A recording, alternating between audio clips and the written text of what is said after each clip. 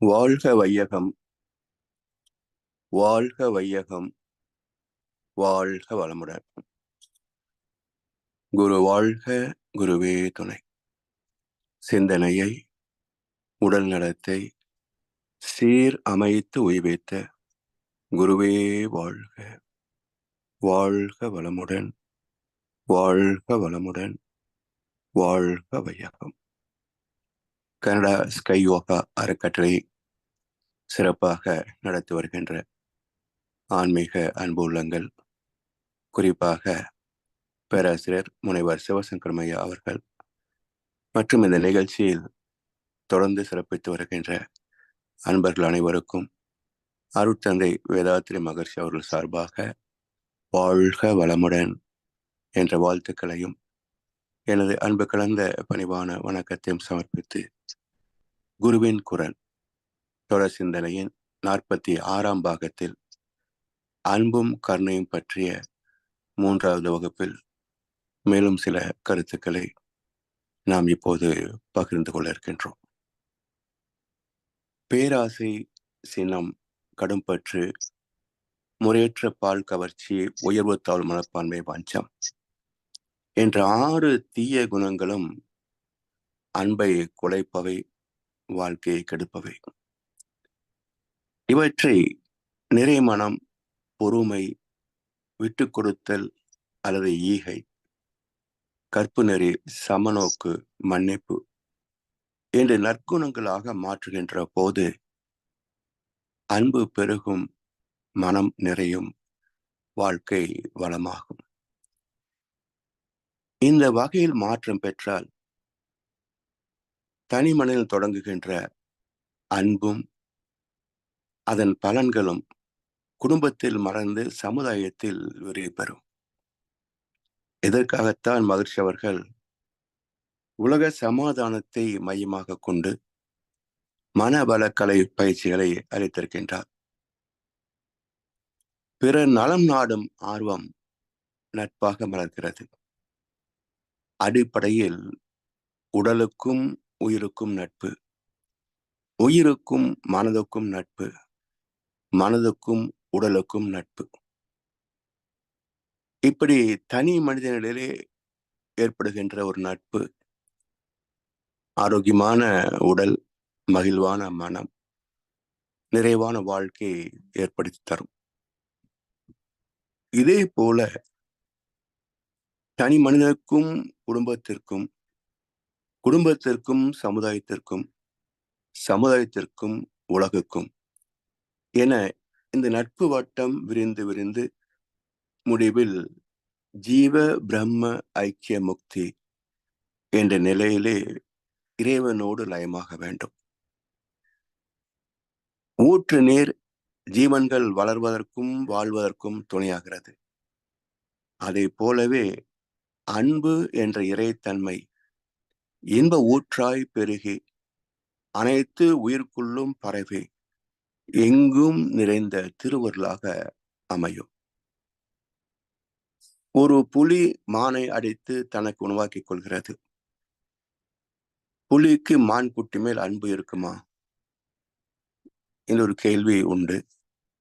அது எப்படி இருக்க முடியும் என்ற ஒரு பதிலும் உண்டு. ஆனால் உண்மை என்னன்னு பாருங்க. புலிக்கு பசி வந்தவுடன் மறைந்திருந்து மானை தாக்கி கொன்று உண்ணாமல் ஏன் அதை துரத்தி சென்று பிறகு பதுங்கி பாய்ந்து அதை கொன்று உண்கிறது என்பதிலேதான் அன்பின் ரகசியம் மறைந்திருக்கிறது. கொன்று புசிப்பதுதான் நோக்கம் என்றால் துவக்கத்திலேயே மறைந்திருந்து பாய்ந்து கொன்று புசித்து விடலாம். ஏன் விலங்குகள் அப்படி செய்வதில்லை என்றால்,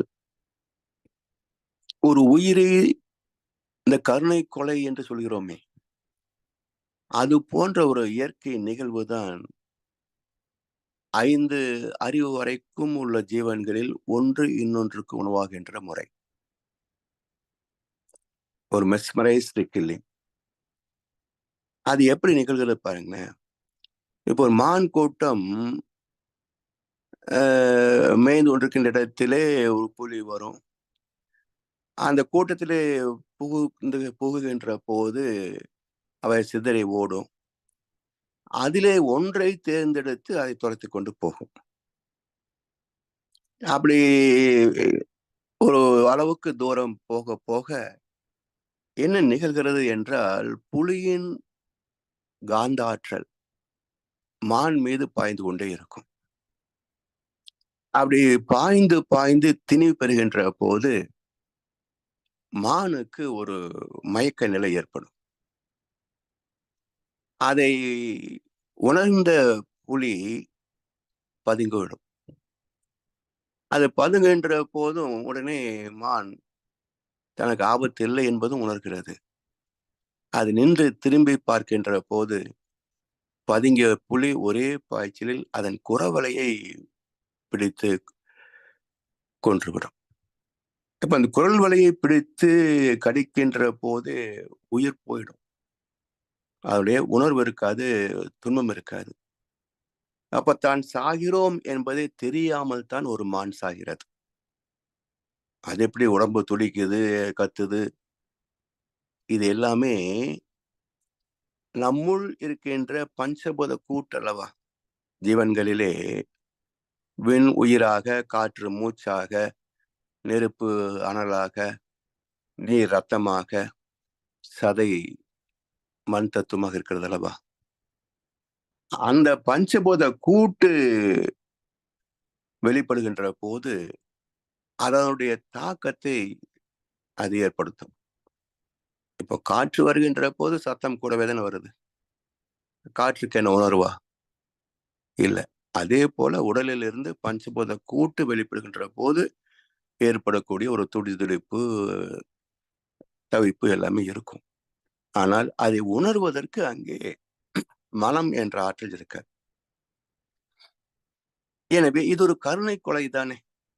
தனக்கு உணவு வேண்டும் என்றாலும் கூட அந்த ஜீவனுக்கு அந்த வழி தெரியக்கூடாது என்ற உணர்வு சிந்திக்காமலேயே அதற்கு அமைந்திருக்கிறது என்றால் அதுதான் இறைவனின் தெய்வ நீதி. அதனுடைய முதல் வெளிப்பாடு இயல்பூக்க விதி. அதன் மலர்ச்சி இயற்கை சட்டம். அதனுடைய நிறைவு பெற்ற இடம் மனிதனிடத்திலே செயலுக்கு தக்க விளைவு. இந்த மூன்றும் தெய்வநீதிக்குள் அடங்கும். இயல்பூக்க விதி, இயற்கை விதி, செயல் விளைவு விதி என்ற மூன்றும் தெய்வநீதிக்குள் அடங்கும். எனவே அன்பில்லாத ஜீவனே இல்லை.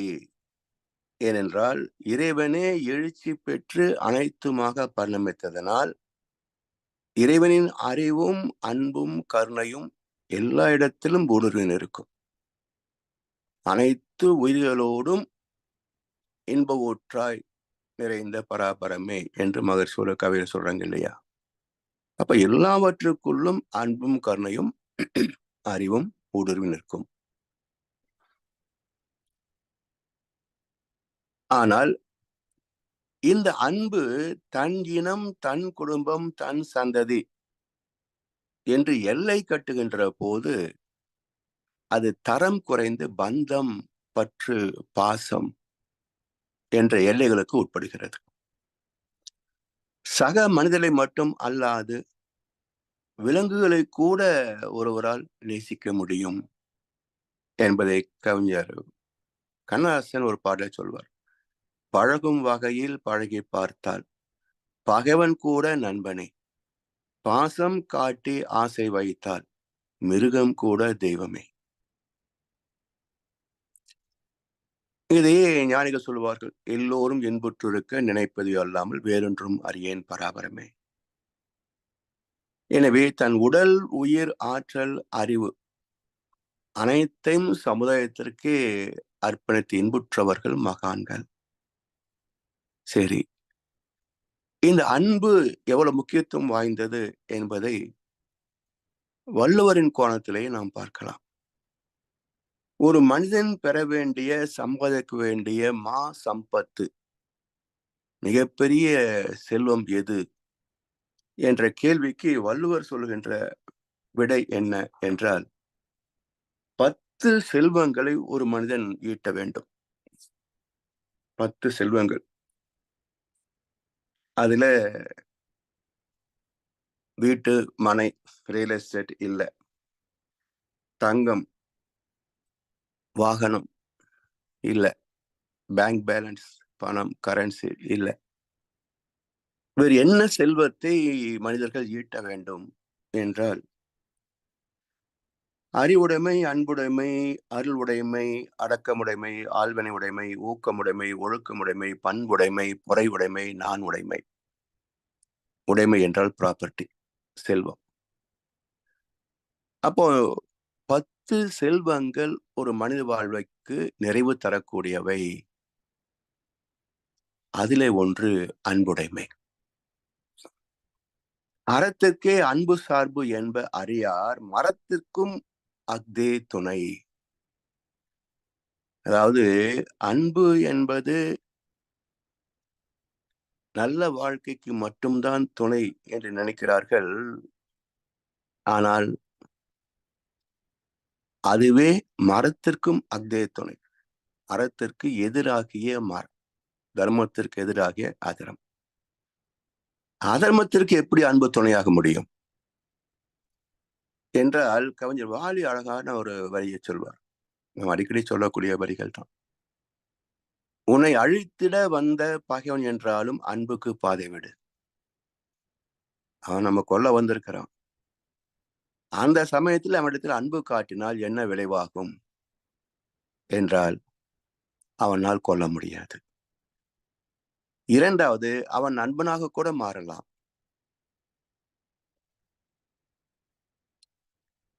எனவே அன்பின் ஆற்றல் வலியது. அதன் வெளிப்பாடே அறச்செயல். ஆழமாக சிந்திக்கின்ற போது பகையை வெல்வதற்கும் அன்பே துணையாகும். பகையை வென்று நட்பாக மாற்றுவதற்கும் அன்புதான் துணை. தீய எண்ணம் செயலாகி ஆன்மாவில் பதிந்து காலத்தால் வெளிப்பட்டு அதற்கு தகுந்த ஒரு நிகழ்ச்சியின் மூலமாக துன்பத்தை தருகிறது. அதற்கு கருவியாக கூடிய ஒரு மனிதனை இயற்கை தேர்ந்தெடுத்து நமக்கு துன்பம் அளிக்கிறது. இதுல பொதுவாக நமக்கு துன்பத்தை ஏற்படுத்துபவர் மீது இயல்பாகவே நமக்கு ஏற்படக்கூடியது கோபம், ஆத்திரம், பகை. ஆனால் ஞானிகள் சொல்லக்கூடிய கருத்து பாருங்களேன். சுவாமி சொல்லுவாங்க, உண்மையில் எதிரி உனக்கு உண்டு எனில், உண்மையிலே உனக்கு ஒரு பகைவன் உண்டு என்றால் அவன் யார்? உண்மையில் எதிரி உனக்கு உண்டு எனில் உன் உள்ளத்தில் எழும் ஒழுங்கற்ற எண்ணமே. வேற யாருமே பகை கிடையாது. நம்முடைய தீய எண்ணங்களே நம்முடைய பகைவன் என்பது யாருக்கும் தெரிவதில்லைங்க. அதற்கு ரத்தன கம்பளம் விரித்து வரவேற்கிறோம். தீய எண்ணம், சொல், செயல்கள் தானே சமுதாயத்தை சீரழித்துக் கொண்டிருக்கிறது. எனவே இன்னொருவருக்கு இன்னொரு நமக்கு துன்பத்தை தந்துவிட முடியாது. பிறகு எப்படி ஒருவருக்கொருவர் துன்பம் அளிக்கிறார்கள், கொலை செய்கிறார்கள் என்றால், ஒருவரது கண்ம வினை பாவப்பதிவு முற்றி அது வெளிப்பட வேண்டிய தருணம் வருகின்ற போது இயற்கையின் ஒழுங்கமைப்பு அந்த இடத்திலே ஒருவனை, அதாவது தீமை செய்வதற்கு தயங்காத ஒருவனை, இன்னொரு ஜீவனை துன்புறுத்துவதற்கோ கொலை செய்வதற்கோ தயங்காத ஒருவனை கருவியாக பயன்படுத்தி நமக்கு அந்த துன்பத்தை தருகிறது. சரி, இப்ப என்ன நிகழ்கிறது? பிரபஞ்சத்துல எந்த அதிர்வும் மறைந்து போகாதுங்க. அது தோன்றி தோன்றி மறையுதுன்னு சொல்கிறோம் இல்லையா? அலைகள். அப்போ ஒரு அலை பெற்ற இந்த பதிவு அல்லது ஒரு கேரக்டரைஸ், அதை தோன்றுகின்ற அடுத்த அலை வாங்கிக் கொள்ளும். இப்படி தொடர்ந்து அலைகள் மறைந்து கொண்டிருந்தாலும் அனுபவங்கள் மறைவதில்லை. இந்த ரகசியத்தின் அடிப்படையிலே தான் நம்மிடத்திலே பாருங்களேன், உடல்கள் மாறிக்கொண்டிருக்கும். உடல்கள் மாறிக்கொண்டிருக்கும், உறவுகள் மாறிக்கொண்டிருக்கும். ஆனால் இரத்த தொடர்பாக பயணிக்கக்கூடிய ஆத்மாவின் பயணம் முடிவது இல்லை. ஒரு தலைமுறை முடிகின்ற போது அதுல தோன்றுகின்ற குழந்தைக்கு இதன் அனுபவங்கள் எல்லாம் அது கொடுத்துத்தானே போகுது. இது எங்கே இருந்து வந்தது? இதன் மூலம் என்ன என்றால், பிரபஞ்சத்திலே அலைகள் அழிகின்ற போது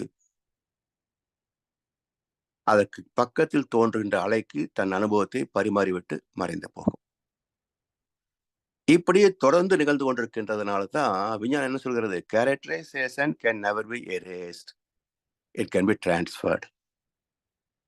இந்த விதிப்படி நம்முடைய ஒரு தீவினை வெளிப்பட வேண்டிய தருணம் வந்துவிட்டது. இப்ப இயற்கை இதை மாற்றி தரணும். நம்மிடத்தில் இருக்கின்ற ஒரு தீவினையை இன்னொருவருக்கு மாற்றணும். இப்ப யார் வாங்கிக் கொள்வாங்க? யாரிடத்திலே பாவம் மிகுந்திருக்கிறதோ அவன்தான் அதை வாங்க முடியும். இப்ப என்ன நிகழ்கிறது? விடை என்ன என்றால், நமக்கு துன்பத்தை தந்து நமது பாவத்தை அவன் ஏற்றுக்கொள்கிறான். நண்பர்கள், உறவுகள் கூட நம்முடைய நன்மைகளை, புண்ணியங்களைத்தான் பகிர்ந்து கொள்ள முடியும். பாவத்தை பகிர்ந்து கொள்ள முடியாது. ஏன்?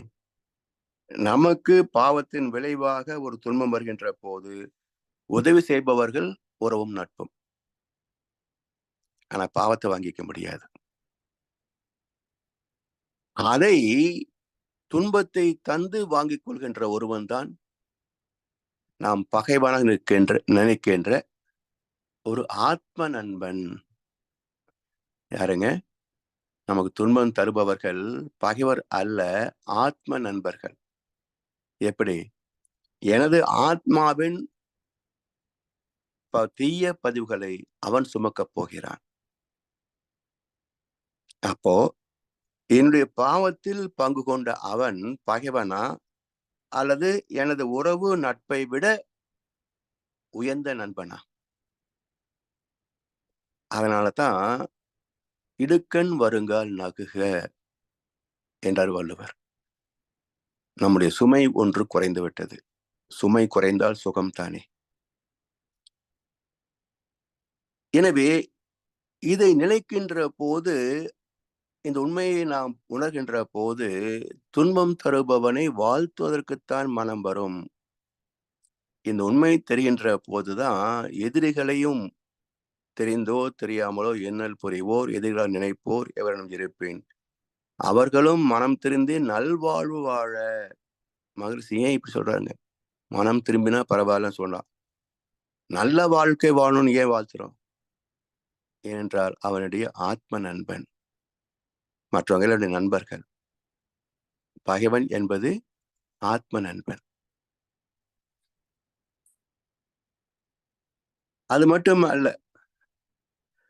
அன்பு காட்டினால் ஒரு ஜீவனும் மனிதனும் மனமாற்றம் பெறலாம், நன்மையே செய்யும் வாய்ப்பு கூட ஏற்படலாம்.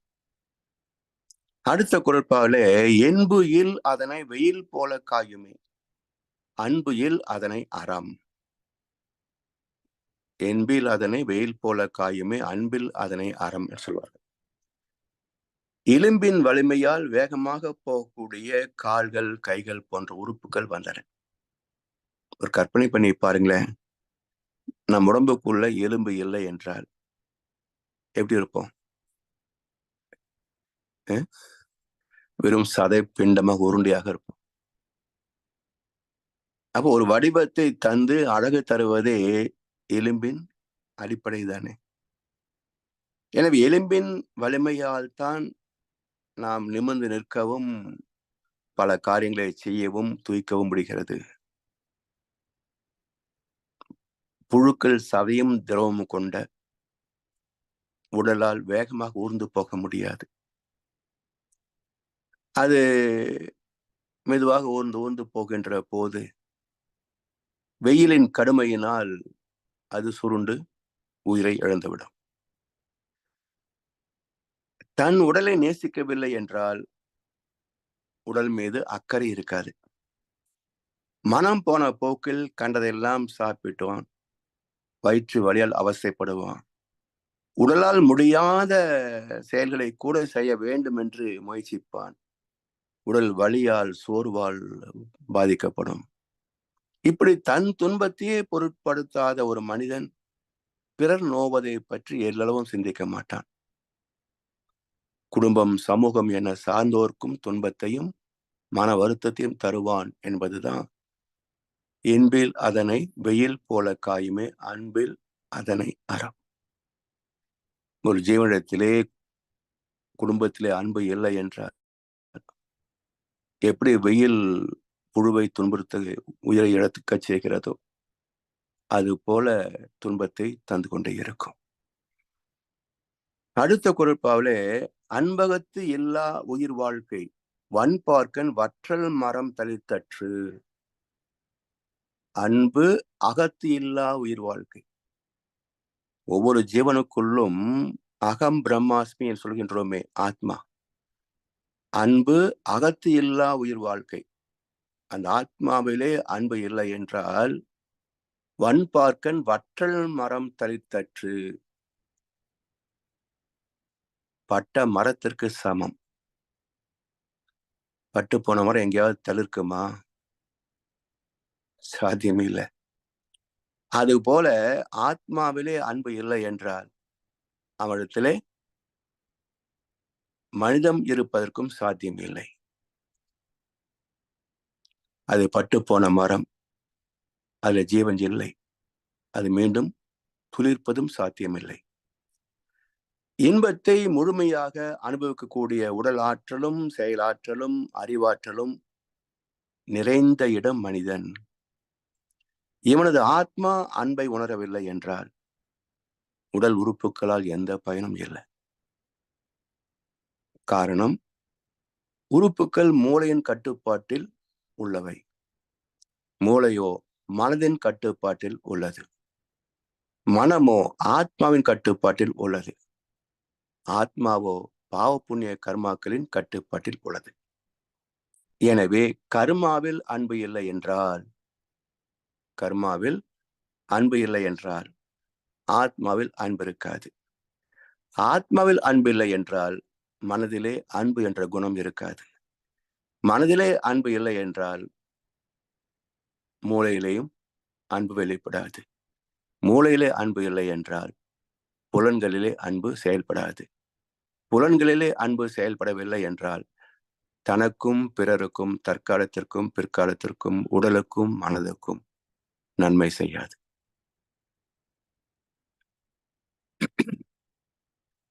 எனவே அன்பும் கருணையுமாக நிறைந்த மனதில் ஆசையை முன்னே வைத்து தர்மத்தை பின்னே வைத்து சுய நலமும் பேராசையும் நடத்திய ஆக்கிரமிப்பால் அன்பு குறைந்து போனது. இன்றைக்கு மக்கள் மத்தியிலே அவனவன் மீதும் கூட அன்பு கிடையாதுங்க. அப்படி இருந்தால் உணவகங்களிலே போய் இப்படி உடலை கெடுப்பார்களா? சுவை ஒன்றையே மையமாக வைத்துக் கொண்டு அது செரிக்குமா செரிக்காதா என்ற சிந்தனை என்று கண்டதெல்லாம் தின்று நாக்கு ருசிக்காக உடலை வருத்துவார்களா? அதே போல தூக்க நேரத்தில் வேலை செய்து உடலுக்கு ஓய்வு தராமல் உடலை துன்புறுத்துவார்களா? தன் உயிர் துன்பத்தையே கண்டுகொள்ளாத மனிதன் அடுத்தோர் துன்பத்தை மதிப்பானா? எப்படியோ அந்த வேலையை முடிச்சுட்டு போங்க என்பான். முடிக்கலைன்னா சஸ்பெண்ட் பண்ணுவேன் மிரட்டுவான். அப்போ அன்பின் வழியது உயிர்நிலை. அது இல்லாருக்கு என்பு தோல் போர்த்த உடம்பு. அதாவது அன்பின் வழி அது உயிர்நிலை. எப்படி என்றால் சுத்த வெளியின் ஈர்ப்பாற்றலும் விளக்காற்றலும், attractive force and repulsive force, இவையே ஜீவன்களிலே அன்பு என்ற ஈர்ப்பாற்றலாகவும் கருணை என்ற விளக்கும் ஆற்றலாகவும் தரம் மாறுகிறது. அப்ப அன்பின் வழியாகத்தான் உயிர்கள் தொடர்கின்றன, சந்ததிகள் தொடர்கின்றன. இன்னும் சொல்ல போனா,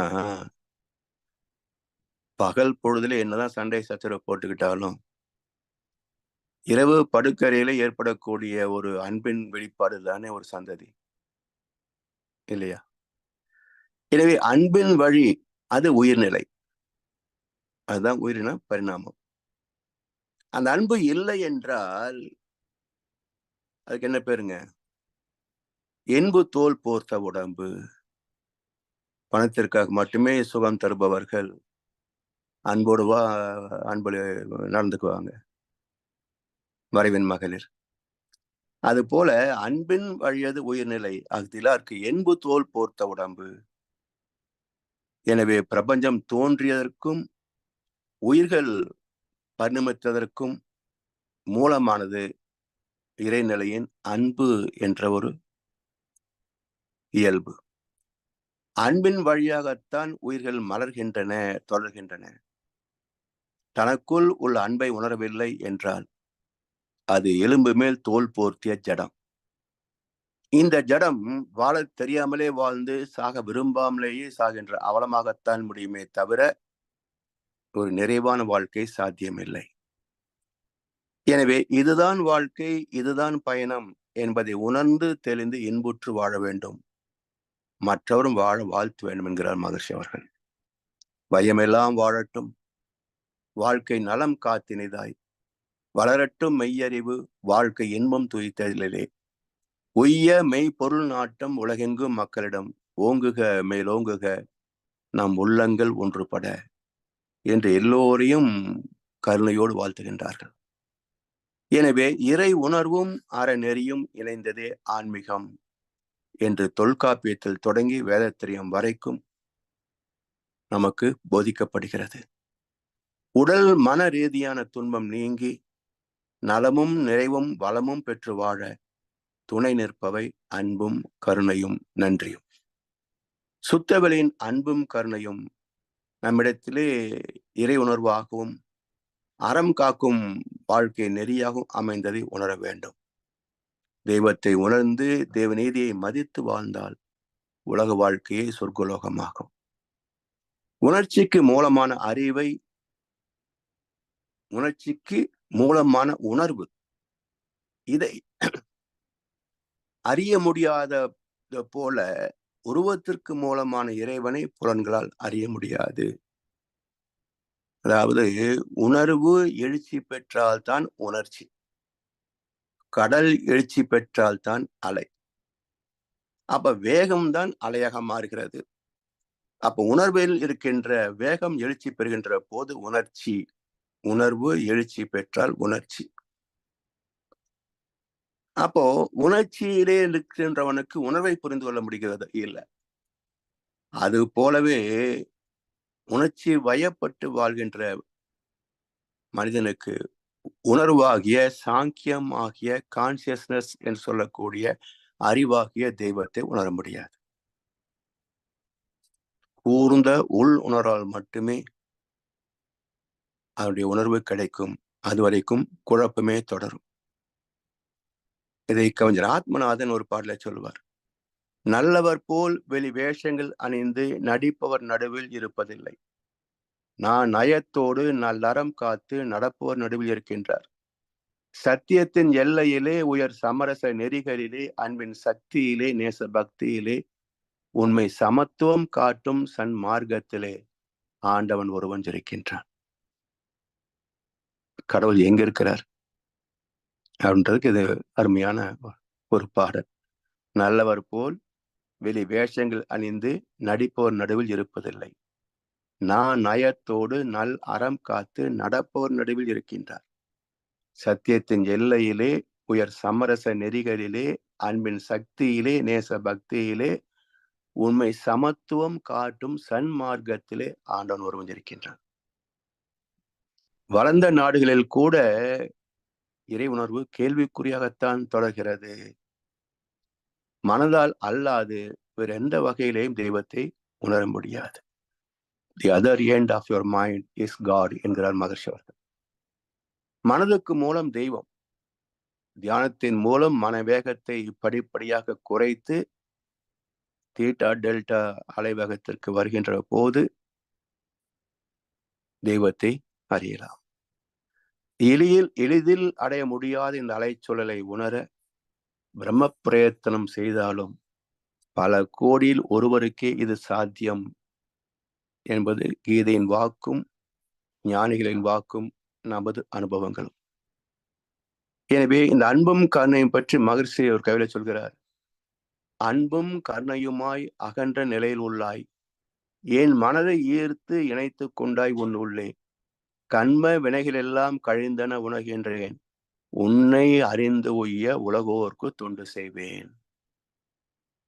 இறை உணர்வு பெறவில்லை என்றால் அன்பு மலராது. அதுவரைக்கும் அன்பு என்று நாம் புறம் பேசுகின்ற ஒரு வார்த்தை. அவருடைய அசல் நிலை பந்தம், பற்று, பாசமே தவிர அது அன்பு அல்ல. அறிந்தது சிவம், மறந்தது அன்பு. Love is God. இறை உணர்வு பெற்றால்தான் அன்பு வெளிப்பட்டு கருணையாகி தொண்டில் நிறைவு பெறும். இதை கண்ணசன் சொல்லுவார், கருணை பொங்கும் உள்ளம் அது கடவுள் வாழும் இல்லம். கருணை மறந்தே வாழ்கின்றார், தினம் கடவுளை தேடி அலைகின்றார். எனவே ஈகையையும் ஒழுக்கத்தையும் வெறுமனே நினைத்தால் அறிந்து கொண்டால் மட்டும் போதாது. உங்கள் பசி தீர தவத்தில் வாழ்த்துகிறேன் என்றால் பசி தீர்ந்து போகுமா? நமக்கென்று பூமியிலே கடமைகள் உண்டு. அதை நமக்காக நம் கையால் செய்வது நன்று என்றார் கண்ணதாசன். ஒவ்வொருவரும் அவரவருக்கு என்று செய்ய வேண்டிய கடமைகள் மற்றும் குடும்பம், சமுதாயம், ஊர், உலகு என்று செய்ய வேண்டிய கடமைகள் எல்லாம் உண்டு. அன்பு இல்லை என்றால் இவையெல்லாம் எப்படி நடக்கும்? அன்பு இல்லாத குறைபாடுதான். இப்போ இயற்கையை பயன் கொள்ளும் உரிமை எல்லோருக்கும் உண்டு. இயற்கையை பயன் கொள்ளும் உரிமை எல்லோருக்கும் உண்டு. ஆனால் இயற்கை வளங்களில் பெற்றவற்றை அணு அளவு வீண் செய்யவும் யாருக்கும் உரிமை இல்லை என்ற இயற்கை சட்டம் 820 கோடி மக்களிலே எத்தனை பேருக்கு தெரியும்? இங்க கோவில் அடிக்கடி தண்ணீர் தட்டுப்பாடு வரும், சண்டை சச்சரவு எல்லாம் வரும்.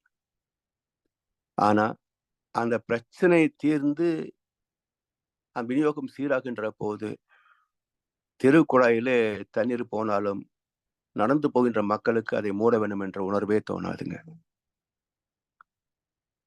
போன வாரம் தான்ப்பா தண்ணிக்கு இப்படி அடிச்சுக்கிட்டீங்க, அந்த தண்ணி இப்படி வீணாகுது, இதை சேமித்தால் தானே நாளைக்கு பயனாகும்.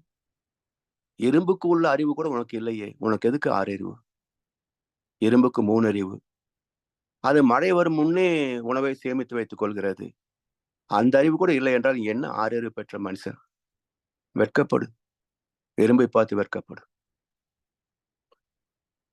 எனவே மனித உழைப்பும் இயற்கை வளமும் சமுதாய சொத்து என்பதை அறியாததால் செல்வத்தை குவிப்பதில் சாமர்த்தியத்தை காட்டுகின்றனர்.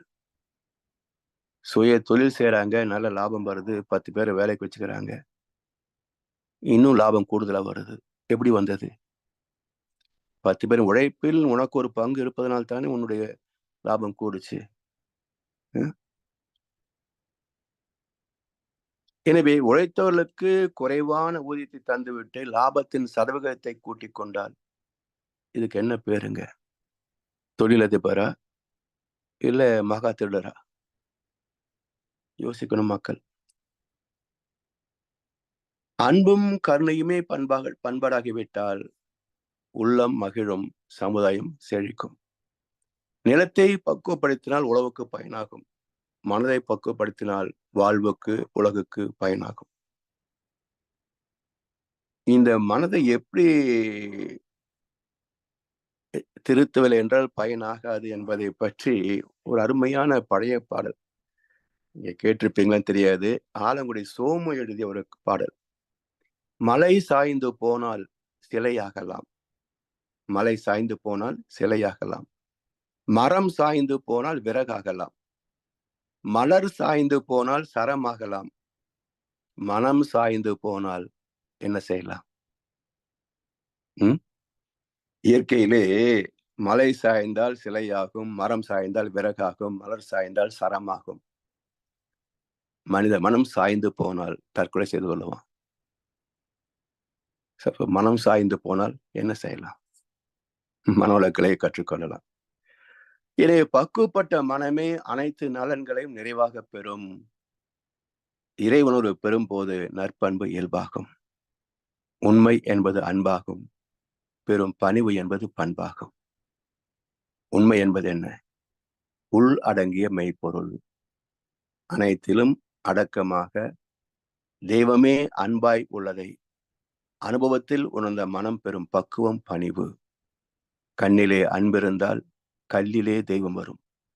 நெஞ்சிலே கருணை வந்தால் நீரிலும் தேன் வரும் என்பார் கண்ணதாசன். இப்படி அனைவரும் பண்பட்டு விட்டால் சிக்கல் தீரும். ஆனால் பிறப்போக்கும் எல்லா உயிர்க்கும் சிறப்பு ஒவ்வா செய்தொழு வேற்றுமையா. அப்போ அன்பு காட்டுவதிலே பேதம் இருக்கத்தான் செய்கிறது. எல்லோரும் ஒரே மூலத்திலிருந்து பிறந்திருந்தாலும் பெற்ற அனுபவங்களால் நாம் பேதப்பட்டு நிற்கிறோம். மகான்கள் பண்பாட்டை போதித்த போதும் அதை பின்பற்றுவதற்கு கொஞ்சமாவது அறிவில் உயர்ந்தவருக்கு மட்டுமே சாத்தியம். அவரிடம் சான்றோரை மதித்து வாழ்வது செயல் ஒழுக்கமாக மலரும். அன்பில்லாத உணவு சுவைப்பதில்லை. அன்போடு சமைத்த உணவு ஜீவனுள்ள சத்து. வெறும் தயிர் சாதமாக இருந்தாலும் கூட அதில் ஒரு நிறைவு இருக்கும். உணவு விடுதிகளில் கூட்டம் அடைவதற்கு காரணம் போலித்தனமான வாழ்க்கை. அன்பில்லாத உணவை ரசிக்கிறாங்க. எனவே இதை தவிர்ப்பது உடலுக்கு நன்மை, அன்பால் நிறைவது வாழ்க்கைக்கு நன்மை. எனவே அன்பை பகிர்ந்து கொள்ள வேண்டும். அன்போடு பகிர்ந்து கொள்ளும் செல்வம் கூட குறைவதில்லை என்று காட்டியதே கர்ணன் கதாபாத்திரம். அன்போடு செல்வத்தை பகிர்ந்து கொண்டால் செல்வம் கூட குறைவதில்லை. எப்படி? பணம் கொடுத்தா குறையும். இதுதான் இயற்கை விதி. கொடுத்தால் குறையாதது அறிவு, அனுபவம், கல்வி. செல்வம் அதுல வராது. அப்படி இருக்க செல்வமும் வளர்ந்தது எப்படி? துரியோதனன் அங்க தேசத்தை கொடையாக தந்தான். அதுவும் ஒரு சுய நலத்தை மையம் கொண்டு. அர்ஜுனனுக்கு நிகரானவன் கர்ணன்.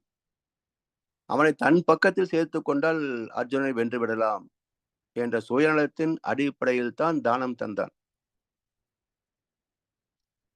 கர்ணன் சொல்லுவான், அப்படியே கூட இருக்கலாம், ஆனால் அதை நான் ஏற்றுக்கொண்டேன் அல்லவா, அப்ப அந்த செஞ்சொற்று கடன் நான் பட்டுவிட்டேன் அல்லவா என்பார். சரி, இப்ப துரியோதனன் தந்த அங்க தேசத்தில் இருந்த செல்வத்தை மட்டுமே வைத்துக் கொண்டு வாழ்நாள் முழுவதற்கும் வந்தோருக்கெல்லாம் அள்ளி தந்திருக்க முடியுமா? பிறகு எப்படி அள்ளி தந்தான் கர்ணன்? வலதுகை தருவது இடதுகை அறியாது தந்தவன் கர்ணன் என்று சொல்வார்கள். அப்ப வலதுகைக்கும் இடதுகைக்கும் பேதம் தெரியாத நிலை எப்போ வரும்? அன்பின் வழி. அது உயிர்நிலை. இன்னொரு ஜீவனின் துன்பம் நீங்க வேண்டும் என்ற கருணையோடு அளிக்கின்ற போது கருணை பொங்கும் உள்ளம் அது கடவுள் வாழும் இல்லம் அல்லவா? எப்படி குறையப்படும்? இறைநிலைக்கு எப்போது குறைவு உண்டா? சுத்தவெளி எப்போது குறைவுபடுமா? கடல் நீர் எப்போதாவது வற்றி போகுமா? இல்ல. இயற்கை எல்லாமே ரீசைக்கிள் தான். எதுவுமே எண்டு கார்டு போட முடியாது. எனவே இன்னொரு ஜீவனின் துன்பத்தை நீக்க வேண்டும் என்ற கருணை மலர்கின்ற போதே நாம் தெய்வத்துக்கு கதாபாத்திரமாகி விடுகிறோம். இப்ப இறைவனே நம்முடைய வாழ்க்கையை பொறுப்படுத்திக் கொள்கிறான். அப்ப எங்கிருந்தாவது எப்படியாவது பொருள் தானே வந்து சேரும். பொருள் தானே வந்து சேரும். சேர்ந்தது. அதனால்தான் கொடுத்தார்.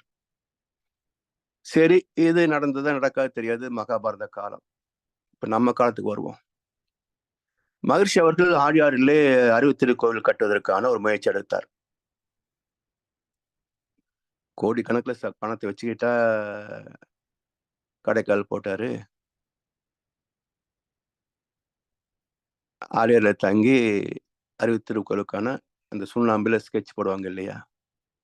அத போட்டாங்க. தினசரி மகரிஷி அதை சுற்றி வந்து வாழ்த்துக்கிட்டு இருப்பார். அப்ப அன்பர்கள் கேட்டாங்க, "சாமிஜி கையில பைசா இல்ல. ஏதோ பெருசா ஸ்கெட்ச் போட்டு வச்சிருக்கிறோமே, இது எப்போ அறிவுத்திருக்குறள் ஆகிறது? இது எப்படி ஆகும் கையில காசு இல்லாம?" என்று கேட்டார்கள். சாமி சொன்னாங்க, "இது அவன் வேல. போட சொன்னா போட்டுட்டேன். அவனுக்கு தேவை இருந்தா கட்டிக்கட்டும். இல்லன்னா விட்டுட்டு போகட்டும். எனக்கு என்ன?" என்றார். சொன்னாரே தவிர கடமையிலிருந்து விலகவில்லை. யார் அழைத்தாலும் ஊர் ஊராக போய் தொண்டு செய்தார். அதுல வந்த நன்கொடைகள். பிறகு கட்டிடம் நடைபெற பல அன்பர்கள் தானாக வந்து விரும்பி நன்கொடை கொடுத்தார்கள். சில பேர் கூலி இல்லாமல் வேலை செய்தார்கள். சில பேர் இலவசமாக பொருள் கொடுத்தார்கள். அப்படி 1988 50 லட்சம் மதிப்புள்ள அறிவுத்திரு கோயில் உருவானது. இதுதான் மகான்களின் வாழ்க்கை. குடி செய்வல் என்னும் ஒருவருக்கு தெய்வம் அடிதற்று தான் முந்துரும். வள்ளுவர். அஞ்சாதே உனக்கு முன்னால் என்னுடைய சமூகம் செல்லுகிறது. பைபிள். அதை இந்த அனுபவத்தை மையமாக வைத்துத்தான் மகிழ்ச்சி சொல்வார்கள். தத்துவத்திலே தெளிவும் தொண்டு செய்கின்ற மனமும் இருந்தால் உங்களுக்கு என்ன தேவையோ அதை இறைவன் கொடுத்து கொண்டே இருப்பான். நமக்கு அந்த அனுபவம் இல்லை, உணர்வு இல்லை, தகுதி இல்லை.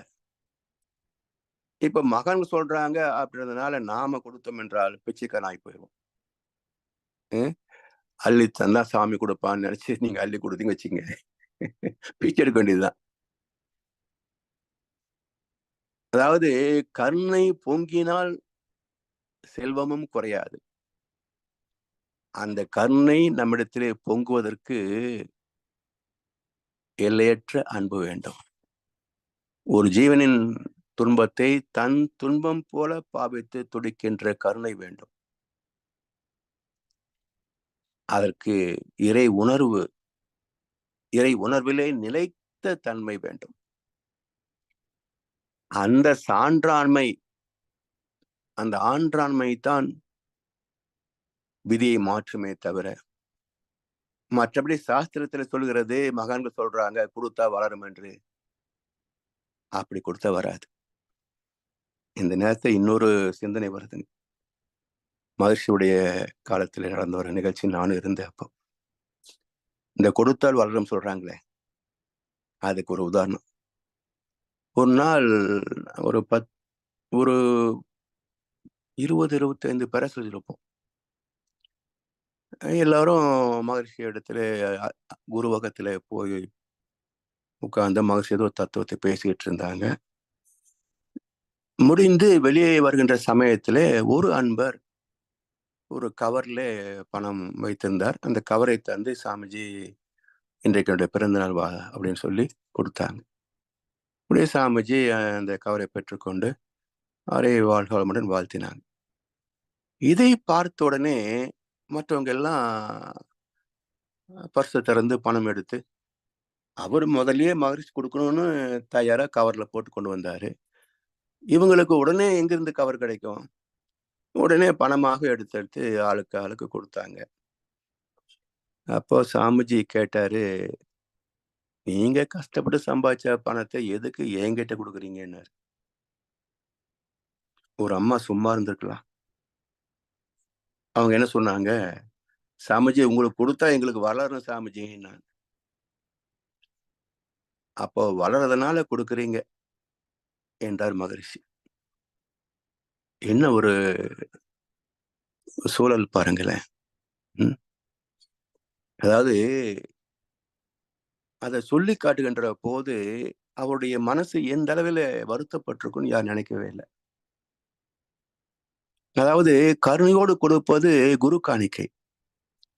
கொடுத்தால் வளரும் என்று சொன்னா கடன் தானே அது, இல்லையா? பேங்க்ல போட்டா வட்டி வளரும். குருவிடத்தில் அப்படி எதிர்பார்க்கலாமா? இல்ல இறைவனுக்கு செய்கின்ற நன்கொடைகள் அப்படி எதிர்பார்க்கலாமா? இன்று எல்லா பக்தர்களும் அப்படிதான் நினைக்கிறாங்க. உண்டியல காசு போட்டா நமக்கு வரும்னு நினைச்சுதான் போடுறான். யாரும் இது கோவில் திருப்பணிக்கு நான் கொடுக்கிறேன் என்று நினைச்சு போடுறதே கிடையாதுங்க. எல்லாம் கடங்கார பசங்க. எங்கேயும் அப்படித்தான் இருக்கு. எனவே மகரிஷி கொடுத்தா வளரும் என்பது சத்திய வாக்கு. ஆனா எப்படி கொடுக்கணும்? எதிர்பார்த்து கொடுத்தால் வராதுங்க. எனவே மனம் கனிந்து கொடுக்க வேண்டும். அப்படி இல்லையா கொடுக்க வேண்டாம். உன்னை நம்பித்தான் அந்த ஜீவன் இருக்கா? நாம காசு போட பிச்சைக்காரன் உயிரோடு இருக்க மாட்டானா? நம்மளை நம்பித்தான் வாழ்ந்துட்டு இருக்கானா? எப்படியும் அவனுக்குரிய படி அளக்கப்படும். எனவே இந்த அன்பும் கருணையும் நிறைகின்ற போது வாழ்க்கை நம்முடைய பொறுப்பில் இல்லைங்க. நமக்கு என்னென்ன தேவையோ அது இயல்பாக நடந்து கொண்டே போகும். ஒரு சிரமமும் இல்லை. வெள்ளத்தில் படகு ஓட்டுவதைப் போல ஒரு சுகமான வாழ்க்கை ஆன்மீகம். இது எல்லாம் எதிர்பார்ப்பை முன்வைத்து பக்கம் இல்லாதவர்களும் பக்தர்களாக மாறிவிட்டதுனால வந்த குறைபாடு தான் இது. ஆரம்பத்தில் இப்படி இருந்தது இல்லை பக்தி. இன்றைக்கு கூட நான் வட இந்தியாவில் இருந்த போது நானும் நண்பரும் அப்படியே மாலை நடந்து போயிட்டு இருந்தோம். ஒரு தோட்டத்துல வெள்ளரிக்காய் இருந்தது. அந்த தோட்டக்காரத்துல வெள்ளரிக்காய் வேணும் அப்படின்னு கேட்டோம். உடனே அவர் 4-5 பறித்து கையில கொடுத்தார். நான் உடனே அதுக்கு பணம் கொடுக்கலாமே என்று பணத்தை எடுத்து தந்த போது, சாப்பிட்றதுக்கு பணம் கொடுக்குறியப்போ என்றார் அந்த விவசாயி. நீங்க டிபார்ட்மெண்ட் ஸ்டோர்ல போய் எந்த பொருளையும் வாங்குங்க, டிஜிட்டல் ஸ்கேல் வச்சிருப்பாரு. 1 கிராமுக்கு கூட அது துல்லியமாக கணக்கு போட்டு காசு வாங்கிரும். எங்கே கருணை? அப்ப விவசாய இடத்தில் இருக்கின்ற கருணை மால் நடத்துகின்ற கோடீஸ்வரன் இடத்துல இருக்காது. இதுதானே உண்மை இல்லையா? எனவே கருணை இருந்தால் இறைவன் காப்பாற்றுவான். அது இறைவனை அடைந்தால் தான் கருணை பிறக்கும். அன்பை அறியாமல் கருணை பிறக்காது. அன்பே தெய்வம், அன்பே சிவம். எனவே அன்பும் கருணையும் நிறைந்த தாய்மை தெய்வீகம் என்பதால் தான் தாயை சிறந்த கோவில் இல்லை என்றார்கள் முன்னோர். அன்பை உணர்வதும் சிவனை உணர்வதும் ஒன்றே என்ற தெளிவில் அன்பில் நிறைந்து வாழ்வில் நிறைவு பெறுவோம் என்று சொல்லி அன்பும் கருணையும் என்ற தலைப்பை நிறைவு செய்கின்றோம். அடுத்த வகுப்பிலே காயல் பற்றிய விளக்கத்தை நாம் மேற்கொள்வோம் என்று சொல்லி வாய்ப்பளித்த அனைவருக்கும் நன்றி பாராட்டி இன்றைய உரையை நிறைவு செய்கின்றோம். வாழ்க வளமுடன், வாழ்க வளமுடன், வாழ்க வையகம். வாழ்க வளமுடன் ஐயா.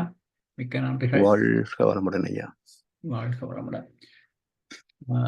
இன்று அன்பும் கருணையும் ஒரு முழு வகுப்பு மிகச் சிறப்பான கருத்துக்களை அன்பை பற்றிய ஒரு ஆழமான கருத்து விதவிதமான அன்பினுடைய மகிமைகளை எடுத்து தந்தீர்கள். மிகச் சிறப்பு ஐயா. நன்றி ஐயா. கண்ணதாசனுடைய பல பாடல்களும் ஒன்று இதுக்குள்ளே வந்து சேர்ந்தது. மிகச்சிறப்பாக இருந்தது ஐயா. அந்த பாடல்களை நாங்கள் அப்படி இந்த கோணத்தில் சிந்திக்கவே இல்லை. நிறைவாக இருந்தது ஐயா. மிக்க நன்றி. இப்பொழுது அன்பர்களது கேள்வி பதில் பகுதிக்கு செல்வோம். ஐயாவிடம் உங்கள் கேள்விகளை கேட்க விரும்புவர்கள் அல்லது கருத்துக்களை பரிமாற விரும்புவர்கள் கைகளை உயர்த்தி கேட்கலாம்.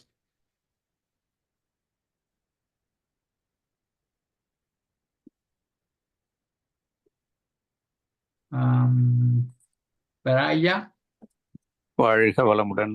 வாழ்க வளமுடன். மிக்க நன்றி. வாழ்க வளமுடன் ஐயா. வாழ்க வளமுடன். வாழ்க வளமுடன். வார வாரம் வாரத்துக்கு பல முறை வரப்பிரசாதமா இருக்கு உங்க பேச்சு. அந்த ஒரு கேள்வி, ஒரு கருத்து. அந்த பிறப்போக்கும் எல்லா உயிர்க்கும் அது அது புரியுது. 2வது சிறப்புவா செய்தொழில் வேற்றுமையான்றதுக்கு விளக்கம் ஒவ்வொருத்தர் ஒவ்வொரு மாதிரி சொல்றாங்க. நீங்க என்ன சொன்னீங்கன்றதை இன்னொரு முறை எனக்கு சொல்ல முடியுமாயா? அதாவது தொழில் வேற்றுமையான் அப்படின்னா, செய்த தொழில், செய்கின்ற தொழில். தொழில்னா இயக்கங்கள். ஒரு பொருளை வந்து நமக்கு வாழ்க்கை வசதியாக மாற்றுவது மட்டும் அல்ல, தொழில் அல்ல. நாம் பேசுகிறோம், நடக்கிறோம், 4 பேருக்கு உதவி செய்கிறோம், எல்லாமே ஒவ்வொரு இயக்கமும் தொழில் தான். மனித வடிவத்திலே தொழில் என்று சொல்லப்படுவது பஞ்சபூதங்களில் இயக்கம், இல்லைங்களா?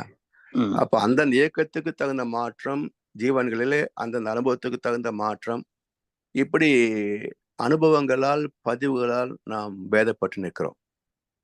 அப்போ எல்லோரும் ஒரே மூலத்திலிருந்து வந்திருந்தாலும் இன்றைக்கு குணங்களால், செயல்பாடுகளால், புரிதலிலே, செயல் செய்வதிலே நாம் பேதப்பட்டு நிற்கிறோம். இது தவிர்க்க முடியாது. அதை தவிர்க்க வேண்டும் என்றால் இதெல்லாம் கடந்து போவதுதான் நிர்வாணம் சொல்லுவாங்க. அதுதான் சரியான, அது ஒரு நல்ல நுண்மையான கருத்து விளக்கம். இந்த பரிமேழகர் உரை இன்னும் அதெல்லாம் சில பேர் சொல்லும் பொழுது அதுதான் செய்தொழில் வேற்றுமைன்னா, அதனால்தான் அந்த அவங்கவுங்க அந்த வர்ணாசிரமத்தை கொண்டு வந்து பூத்திடுறாங்க அந்த விளக்கத்தை கொடுக்கும். அதாவது வர்ணாசிரம் என்பதே தப்பான புரிதலுங்க ஐயா. ஏன்னா மகோபனிஷத்து தான் வர்ணாசிரமத்தை பத்தி பேசுது. மகோபனிஷத்து இங்க எத்தனை பேர் படிச்சிருப்பாங்கன்னு நினைக்கிறீங்க? யாருக்கு அப்படி ஒண்ணு இருக்கான்னு கேட்பாங்க. இருக்குன்றது தெரியாது உங்களுக்கு. நான் எங்க எனக்கு கிடைச்சேன்னா, ஜீவ பிரம்ம ஐக்கிய முக்தி என்று கடப்பை சச்சியானந்த சுவாமி, கடப்பை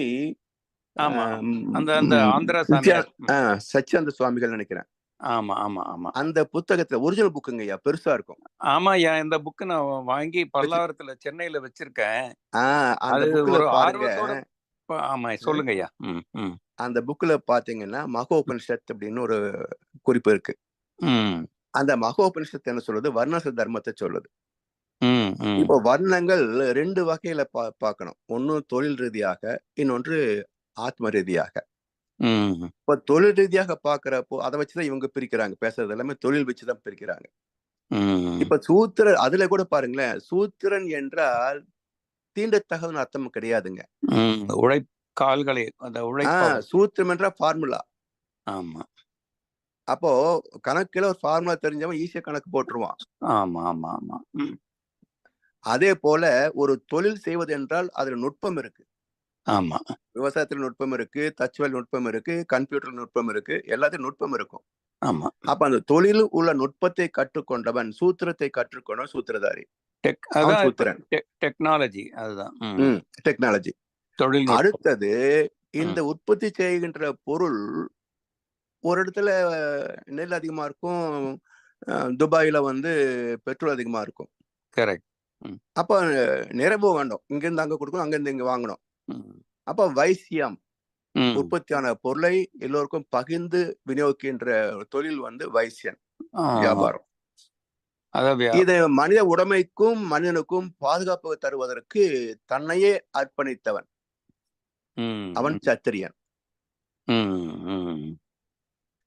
சரி, இதெல்லாம் இருந்தா மட்டுமே போதுமா?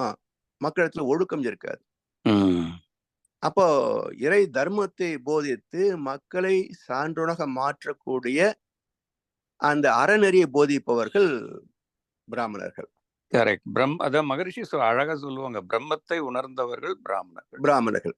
இதுலயும் தகுதி இல்லைன்னு வச்சுக்கோங்க. 2வது இன்னொரு கருத்துக்கு வாங்க. ஆத்மா ரீதியாக மகோபனிஷத்து என்ன சொல்லுது அப்படின்னா, பிறப்பால் ஒவ்வொருவரும் சூத்திரர்கள் தான். ஏன்னா யாருமே எதையும் தெரிந்து சூத்திரங்களும் சொல்ல முடியாது. ஒரு ஜீவன், அவ்வளவுதான். பிறந்து வளர்கின்ற காலத்திலே மாணவ பருவத்திலே கற்றுக்கொள்கிறோம், பிற இளமை பருவத்திலே கற்றுக்கொள்கிறோம், கடைசி நாள் வரைக்கும் எதையாவது ஒன்றை கற்றுக்கொண்டே இருக்கிறோம். Life long learning. எஸ். அப்போ இந்த ஒன்றும் புரியாமல் வந்து இதை கற்றுக்கொள்கின்ற நிலையிலே அவன் சூத்திரனாகிறான்.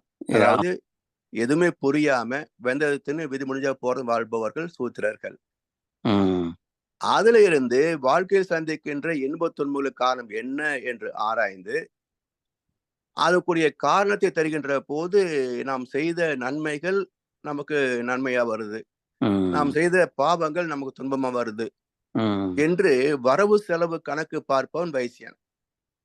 லாப நட்ட கணக்கு பார்ப்பவன், இன்ப துன்ப கணக்கு பார்ப்பவன், தர்ம அதர்ம கணக்கு பார்ப்பவன் வைசியன். அப்படி பார்த்த பிறகு தன்னை நல்லது மட்டுமே செய்து நல்லதை பெறக்கூடிய சான்றோனாக மாற்றிக்கொள்ள வேண்டும் என்று ஆசைப்படுகிறான். ஆனா அவ்வளவு எளிதில் முடிவது இல்லை. அப்ப பழக்கத்திற்கும் விளக்கத்திற்கும் இடையிலே போராடுபவன் சத்திரியன். அப்படி போராடி போராடி பழக்கத்தை வென்று விளக்கத்தின் வழி வாழ்ந்து இறைவனை உணர்ந்தவன் பிராமணன். திருவள்ளுவர் சொல்றாரு, அந்தனர் என்போர் அறவோர் மற்ற உயிர்க்கும் செந்தன்மை பூண்டுடுகலாம். அது என்ன சொல்றாருங்க, எந்த உயிருக்கும் எல்லோரும் இன்புற்று இருக்க நினைப்பது அல்லாமல் வேறொன்றும் அறியேன் பராபரமே. அதுதான் தாய்மானவர் இவரு திருவள்ளுவர். அதுதான் இங்க மற்ற எவ்வுயிருக்கும் செந்தன்மை பூண்டொழுகுதல் அப்படின்னா இதுதான் தாய்மார் சொன்ன கருத்து தான் இங்க வள்ளுவர் சொல்றாரு. அப்போ யார் அந்தனர் என்றால் மற்ற எவ்வுயிருக்கும் செந்தன்மை பூண்டொழுகலாம். எல்லாரும் நல்லா இருக்கணும், எல்லாரும் நல்லா இருக்கணும் யார் நினைக்கிறானோ அவன் தான் பிராமணன். ஆமா, அதாவது அந்தனர் என்பது ஒரு குலப்பெயர் கிடையாது, ஒரு குணப்பெயர். பிராமணன் என்பது வடமொழி சொல். ஆமா, அந்தனர் என்பது தமிழ் சொல். அவ்வளவுதான்.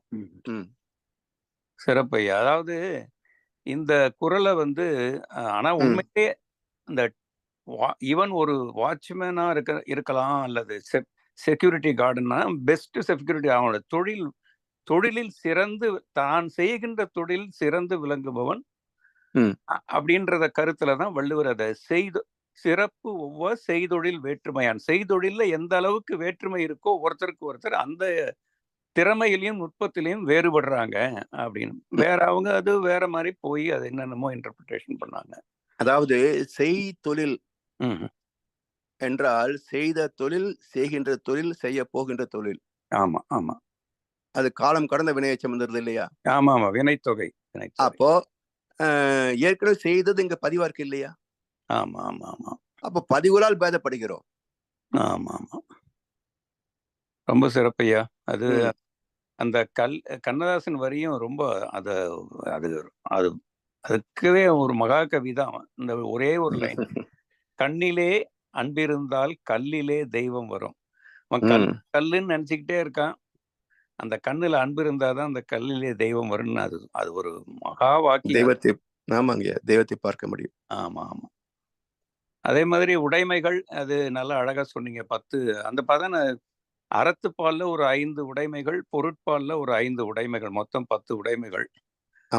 அதே மாதிரி கூடாததுதான் ஆமைகள்ன்ற பேர்ல வரும். 8 ஆமை அறத்துப்பால்ல வரும், 5 ஆமை பொருட்பால்ல வரும், ஒரு ஆமை காமத்துப்பால்லையும் வரும், பிரிவாற்றாமைன்னு ஒண்ணு வரும். அது மாதிரி உடைமையும் ஆமையும் நான் ஒரு தடவை அனலைஸ் பண்ணேன். அதை அப்படியே வச்சிருக்கேன் ஒரு கட்டுரையா, ஒரு வெளியிடணும் அப்படின்னு. உடைமைகளும் ஆமைகளும்னு. சரி, ஆமை 14 இருக்கும் ஐயா. 14 எனக்கு சரியா ஞாபகம் இல்லை, ஆஃப் ஹேண்ட் சொல்ல முடியல.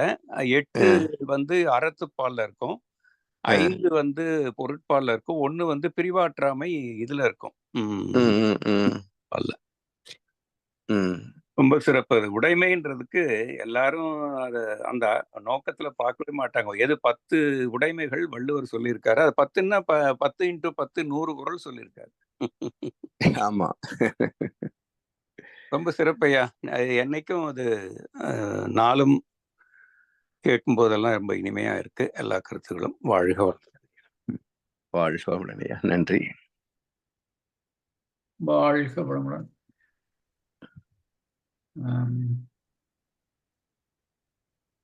வேறு கேள்விகள்?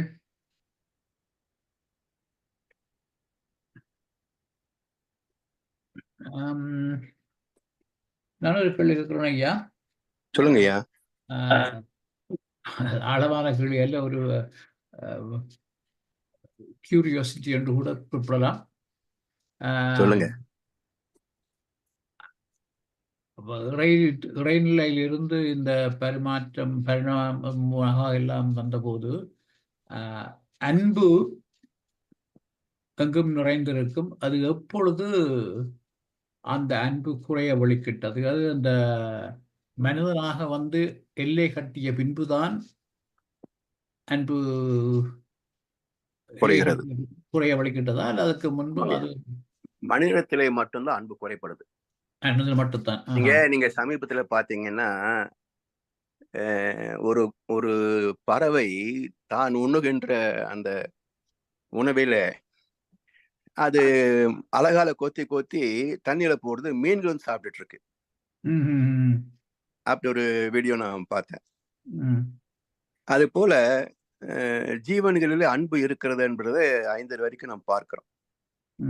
அதுல மாற்றம் வராது. ஆனால் எங்கே மாற முடியுது அப்படின்னா மனிதனிடத்திலே தான் மாற்றம் பெறுது. காரணம் என்ன? நமக்கு நாளைக்கும் வேணுமே அப்படின்ற எண்ணம் வருகின்ற போதுதான் சேர்த்து வைத்தல் அப்படின்னு வருது. அப்ப எவ்வளவு சேர்த்து வச்சா போதும் என்பதில இன்று வரைக்கும் எல்லை கூட வகுக்கப்படவில்லை, இல்லைங்களா? ஆமா.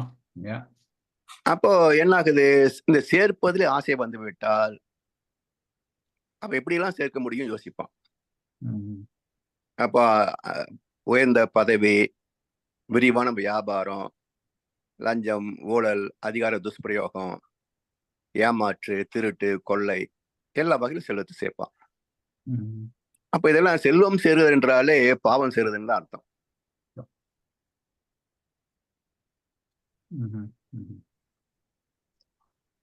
சோ இதெல்லாம் நமக்கு அன்பை குறைத்து விடுகிறது. அதான் கலாம் சொல்வாரு, நீயும் நானும் சேர்ந்திருந்தோம் நிலவும் வானம் போல. நான் நிலவை போல தேய்ந்து வந்தேன் நீ வளர்ந்ததாலே. அப்படி தர்மமும் அதர்மம் சேர்ந்திருந்தது. அதர்மம் வளர வளர தர்மம் தேஞ்சு போச்சு. இப்ப அதர்மமே உலகத்தை ஆண்டுகிட்டு இருக்கே தவிர தர்மம் காணாம போயிடுச்சு. நன்றி ஐயா. நன்றி ஐயா. வாழ்க வளமுடன். வாழ்க வளமுடன்.